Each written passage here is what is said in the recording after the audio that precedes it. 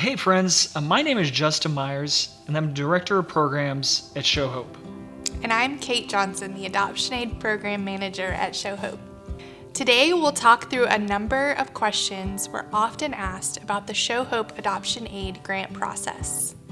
For questions that are not addressed here, please check out our FAQ page on our website. All right, Kate. First, let's talk about eligibility requirements. Sure. So in order to be eligible for a Show Hope Adoption Aid grant, you must be working with a licensed child placing agency that is a 501c3 organization based here in the U.S. If you're pursuing a domestic adoption with a consultant, wait until you've confirmed that your placing agency is a 501c3 before you apply. If you're in the process of an inter-country adoption, it must be a country program that is party to the Hague Adoption Convention. Also, before beginning the application process, please review Show Hope's Statement of Faith. Make sure that your home study is completed. In addition, at least one prospective adoptive parent on the application must be a U.S. citizen. Okay, that's helpful. Could you tell us what kind of a time frame applicants should expect after they apply? Application deadlines are 4 times a year: March 31st, June 30th, September 30th, and December 31st.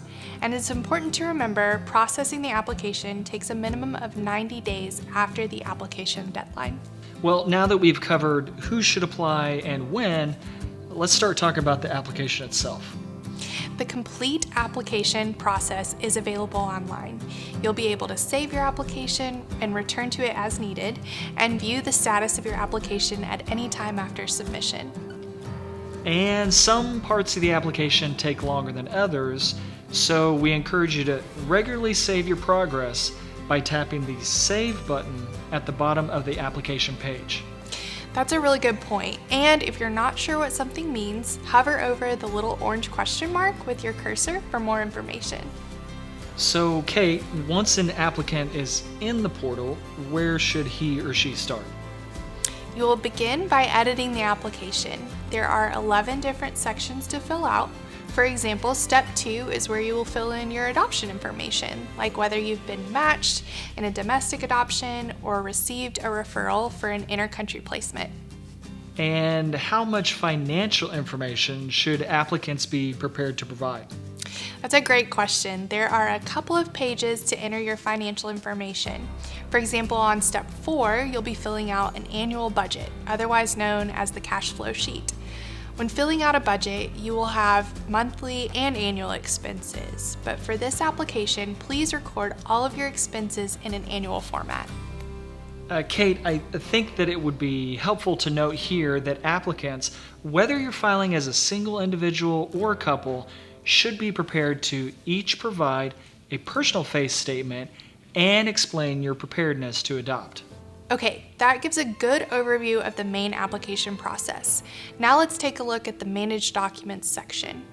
Here you'll upload a file for each document needed, so W-2s, tax returns, your home study, and any updates, as well as a photo. All right, we're moving to the last big section of the application, references.